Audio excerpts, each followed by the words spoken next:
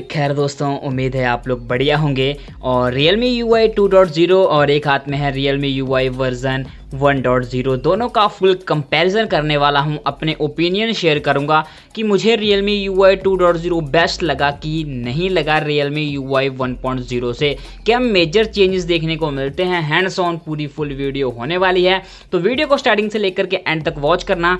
अगर कोई डाउट होगा तो प्लीज़ कॉमेंट कर देना, I will sure your answers reply. तो चलिए करते हैं इस वीडियो को स्टार्ट।